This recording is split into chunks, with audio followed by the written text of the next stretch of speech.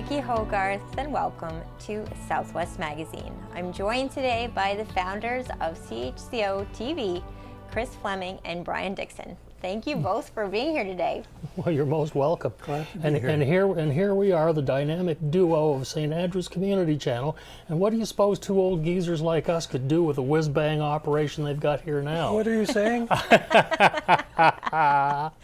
yeah, let's rewind to 1993. I had a chance to talk to Chris last week alone about founding the station, and I thought, well, I need to have you both back together to see how the two of you came up with this idea together to start a community channel that's been here for almost 30 years. We didn't. No, it actually, to put it back to the very, very first day, it goes back to when I was still teaching at Sir Jamestown Academy, and a new course came online from the Department of Education called Media Studies, and I jumped on that right away and asked Dave Graham, the principal, if we could get that in. I'd love to do it, and so that happened. And at about that same time, the RCMP made some transfers, and Rennie Plomp came over from Grand Manan, and he had a couple of boys in the high school who I taught. He came in one night on a parent-teachers day, interview evening, and we had our chat, but then he went on to tell me that he had been working and helped establish a community channel on Grand Manan, and that we should have one here. So that really triggered it. And so we moved along with that, and by the time Chris came along, we actually had a channel up and running, but well, that's not quite true. It wasn't up and running in a very big way, but we were doing some very, very local news, and Chris and I, as it turned out, were the two who were behind that the most. He was in front of the camera, I was behind it. I was glad of that, and we took it from there. But it develops. Actually, Patrick figures into the progression at a time a little beyond that, when I got a phone call out of the blue. We had been operating for a few years as just as a community channel, very locally, and this voice on the phone said, "Hi, I'm Patrick Watt. I'm wondering if you guys need a little help down there." And it turned out that we certainly did. I never turned my back on help. And Patrick came down just to have a look at what we had. By that time, we had a backer with Fundy Cable. And Patrick was with Rogers at the time as a producer, and he was really interested in promoting the local community channels around the province. Anyhow, that's basically how the whole thing got moving, but there's a lot of interesting things into how we actually got a license and so on. So maybe that'll come out later. Sure. Was it a natural, obvious thing that you would be maybe behind the camera, Brian, and you hosting Chris? Did you know that right away? I think our personalities were such, and our interests and so on. It just. Well, I told you the story last time, and I'll repeat it again very quickly, because he's going to have a conniption when he sees the original. But I mean, what I ended up telling was about the good old manual typewriter. I mean, here's a man who, when I was working at the school, trying to introduce, some computer education and trying to move things a little bit more forwards of things, resolutely refused to have much of anything to do with it. He just sitting in his classroom, banging away on his old Remington. And it was just the joke. But the joke of it is when it came to media studies, and when it came to doing the technical work that Patrick is largely responsible for now, this is the guy who was bringing in all the innovations here. I mean, I told you about, having two completely ordinary consumer grade VHS cameras, and you rigged the bang box, if you remember the term, that would switch from one to the other with this great huge nauseating roll in the image when you did that. And then you found this newfangled sort of semi, or maybe almost completely digital box that would do the switching plus recording plus the ability to edit. And it just went on like that. I mean, he was at the forefront of everything technical that we were doing in St. Andrews Community Channel, and all I did was sit more or less where you're sitting and talk to people. This job hasn't changed much, the hosting part, but Hosting I imagine part, no. 1993, I mean, it was I was in high school then, and it was hard enough to make a mixtape. So what was it like putting together a show? Oh, I loved that part of it. For all the difficulties with all that ancient equipment we had, that was really what I wanted to do. And I will say that I still love using a typewriter. If Tom Hanks can do it, I can do it. And he wrote a book on it. But this is the part where we talk about jumping in the car on a Friday afternoon with our tape that we had shot. What was it, Wednesday night we shot? Probably, yeah. And we would drive up to the Fundy Cable head end in St. Stephen, their office there. That's where they had the whiz-bang equipment, what we thought was the whiz-bang equipment then, the big, the big production VCRs that would allow you to roll from one tape to another, and what was it, the AB roll? That's right. All that kind of thing, and we would sit there for hours like fools that we were and put this together, but it was great times. Yeah. When I had that media studies course in the very first year, we had one camcorder that belonged to the parents of one of the students. And we had a VCR machine. I think maybe the school got that for us, and that was it.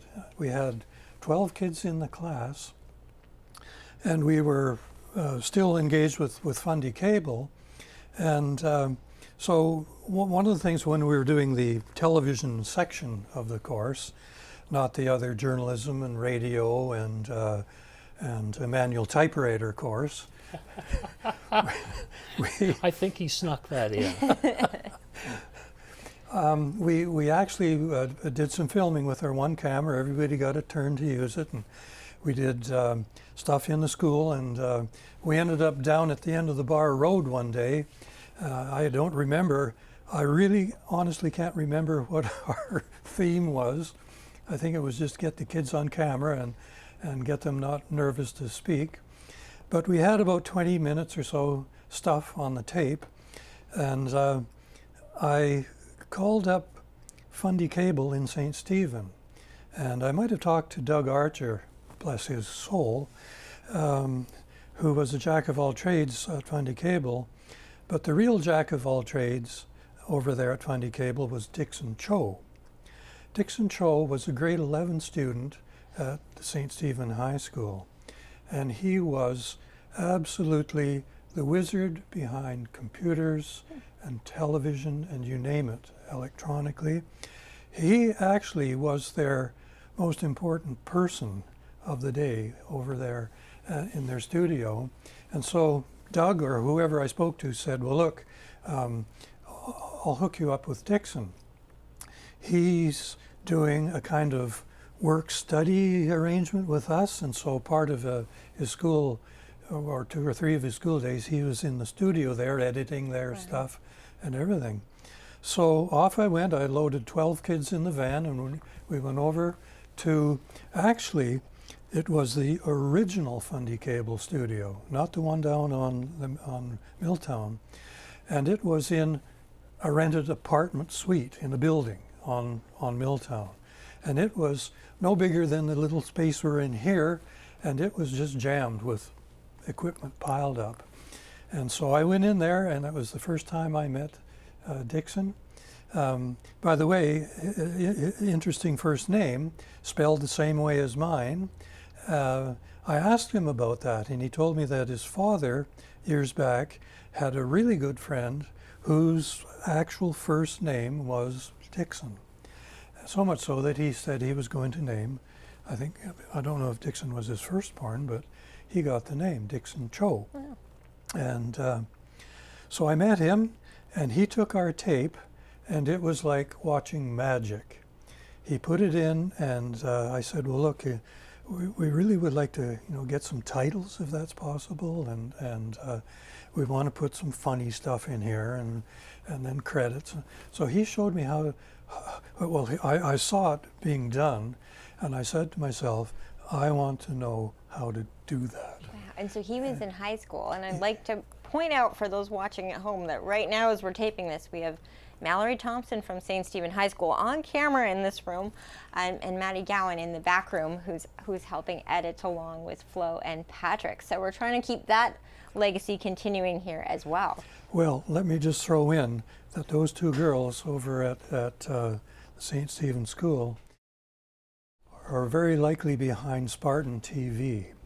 And I would recommend to viewers to look at the CHCO schedule, and if they see Spartan TV in there, be sure to have a look, because I think every high school, not just in this region, but right around the province, should have a program like that. Mm-hmm. And people there should be working hard to see that they can get something like that in place. Well, I think and what's amazing about television, which was true to you back then, which is true to us now, is that we're all learning from each other, and sometimes someone who might be a teenager has the pulse on technology, yeah, on editing, on what's going on. But the beauty of it is that television today, and I think that was one of the themes we brought out last time, is so much more available. It's so much easier to get contact with it. It's so much easier to do. I mean, sure, you take it to standards where you've got great HD cameras and everything, but you don't need that. I mean, the simplest iPhone can produce a good image, so that people who want to get involved and get started in all of the editing kind of things that Brian's been talking about, that's readily available through all kinds of different software. I mean, it's just so much easier to give people the voice, and of course that's what St. Andrew's Community Channel, when Brian and I got our hooks into it, was designed to do, really, is giving people a voice. But in those days it was so much more complicated to do, and I don't know what your impression was, Brian, at the time, but I think when we started off, a lot of people really thought we were a joke. They were like, what do you think you're doing? What is all this about? That's right. And it took a while for people to come on and say, well, maybe there is something to this. Yeah. I was talking to someone the other day, a younger person, who was recounting, I think he was referring back to his high school years, when he was really watching the community bulletin board, which was the only other thing we were doing besides those two broadcasts of the same show that we made each week. We'd broadcast it twice. St. Andrews Today. Yeah, but the only other thing on there was the bulletin board. But that was what he was keeping, because that's how he knew what was going on. Yeah. Mm-hmm. And you didn't have Facebook back then for people to post events, so it was actually probably quite critical to the community. Yeah. Chris, you said something to me over email that I love, because I think we very much are dedicated to the same idea today, and those ideas transcend from whatever the technology of the time is. You said to me that what you and Brian sought out to do was show the community to itself. Exactly right. Can you elaborate on what that means to you, and what you were setting out to do? It is well known to anybody who has lived in this community for a while that we are a very active kind of community in which a lot of people are thinking about a lot of different things and trying to do a lot of different things and setting programs in place and that sort of thing. And again, social media that we have today presents such a completely different kind of communication structure than we used to have back in 1993, let's say, when a community bulletin board would be seen as, oh wow, this is something that we can go on here anytime we want and see what's going on.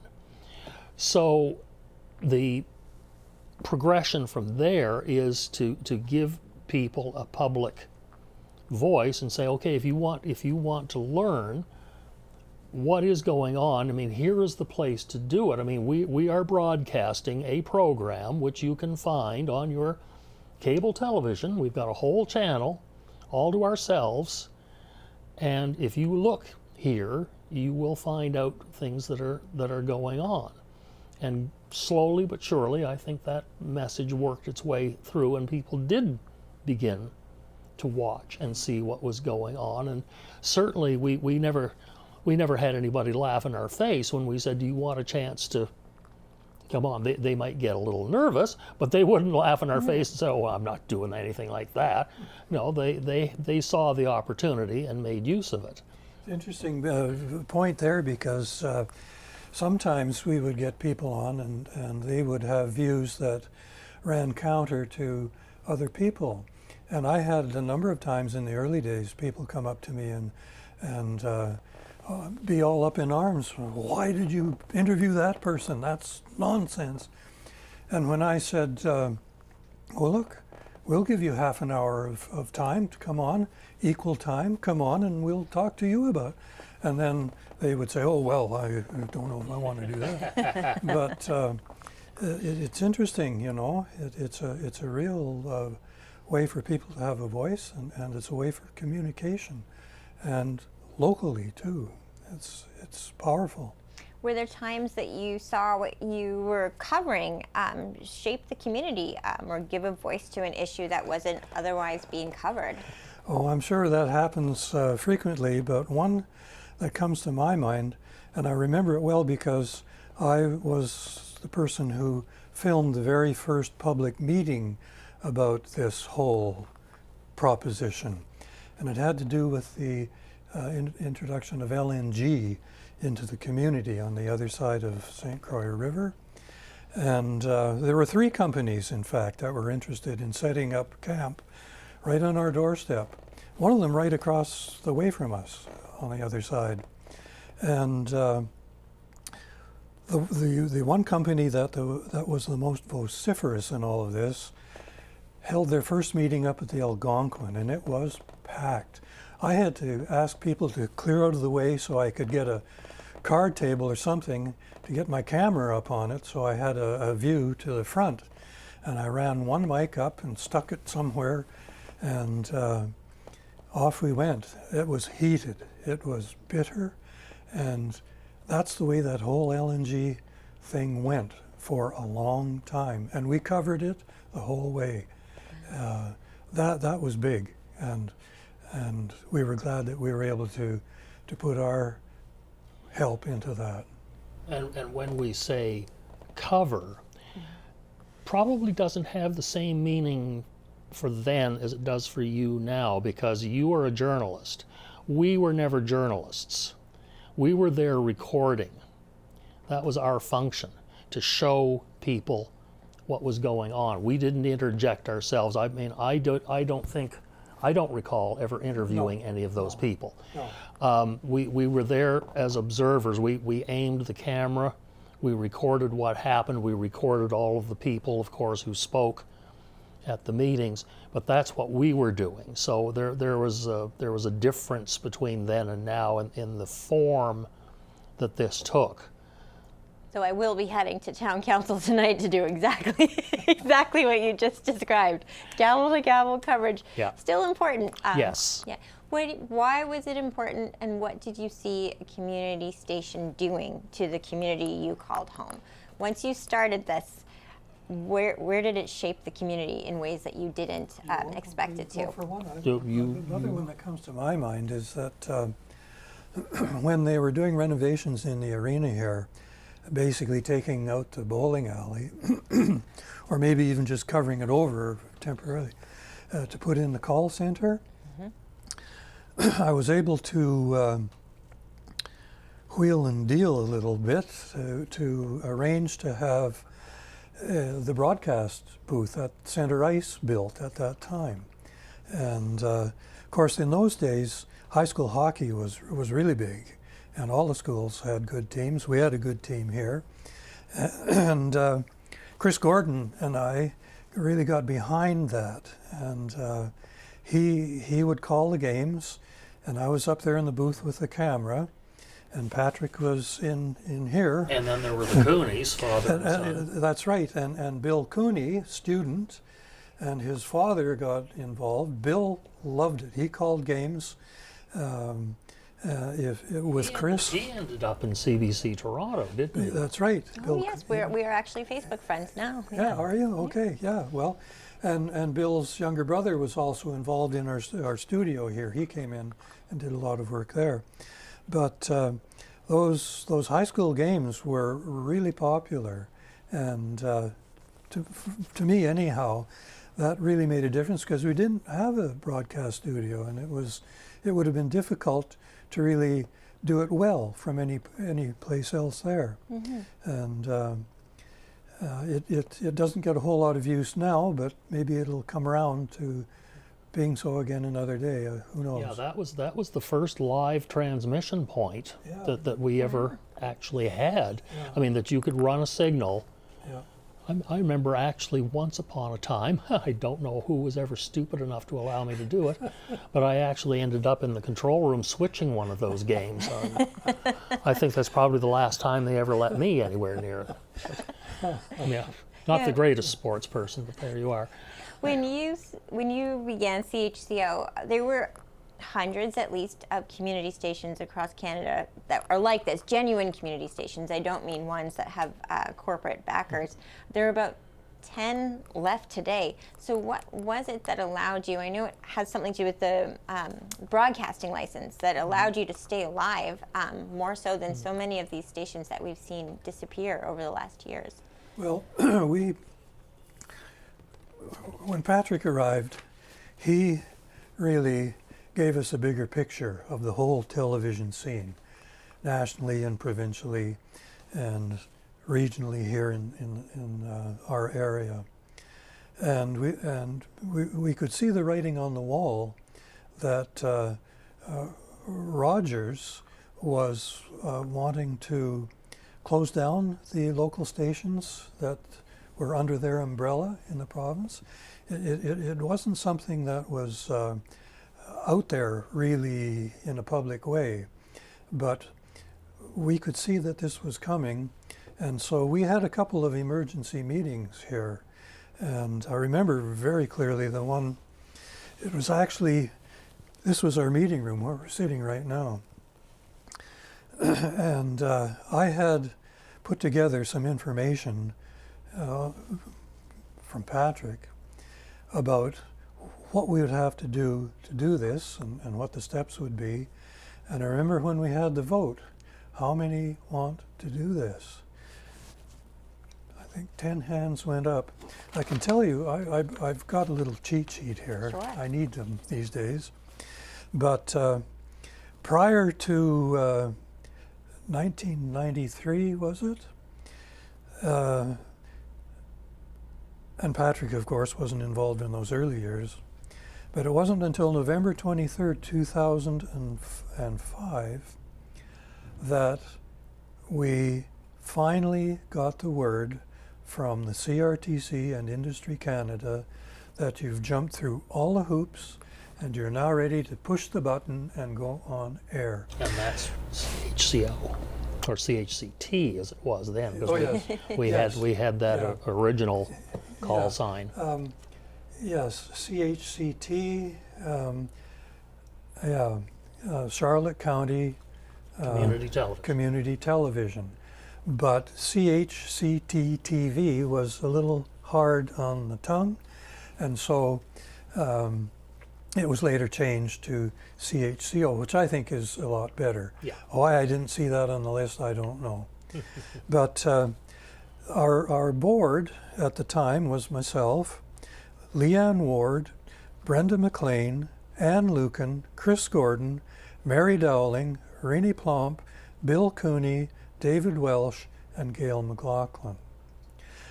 I can tell you that when we had our very first meeting about organizing a community channel, after I had that talk with Renee in my classroom years back.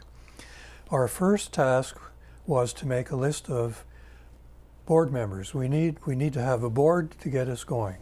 We put down 12 names. I don't have them written down. Every one of those people said, yes, I want to do this. And we took it from there. And that was really encouraging. Yeah. Wow. Yeah. Well, I would love to have you both back for a part 2 very soon. I can't believe that this half hour has gone by so fast once again. Doesn't it always? But let's sit down again soon and talk more. I can't tell you how grateful I am to you both for the effort, the years that you put in, and for holding on to it. Because with just 10 left in the whole country, I don't think you know how special a thing you started. I'll just add one little point before we close. At one point in the more later years of our operation, we had a group of community-minded people come over from Nova Scotia to spend a day with us because they wanted to know all the ins and outs of getting a low-power broadcast TV license. And at that time, I could have written a book on it, but now it's just some scribbles on a piece of paper. Well, thank you both for being here today. Thank you both for being here 29 years ago, too. I appreciate it so much. Glad to do it. My guests today have been Chris Flemming and Brian Dickson, the founders of CHCO Television. I'm Vicki Hogarth. Thank you for watching Southwest Magazine. And that's our program for this week. We do hope you've enjoyed it and that you'll be back with us again next week for another edition of St. Andrews Today. Until then, have a pleasant week. Good night.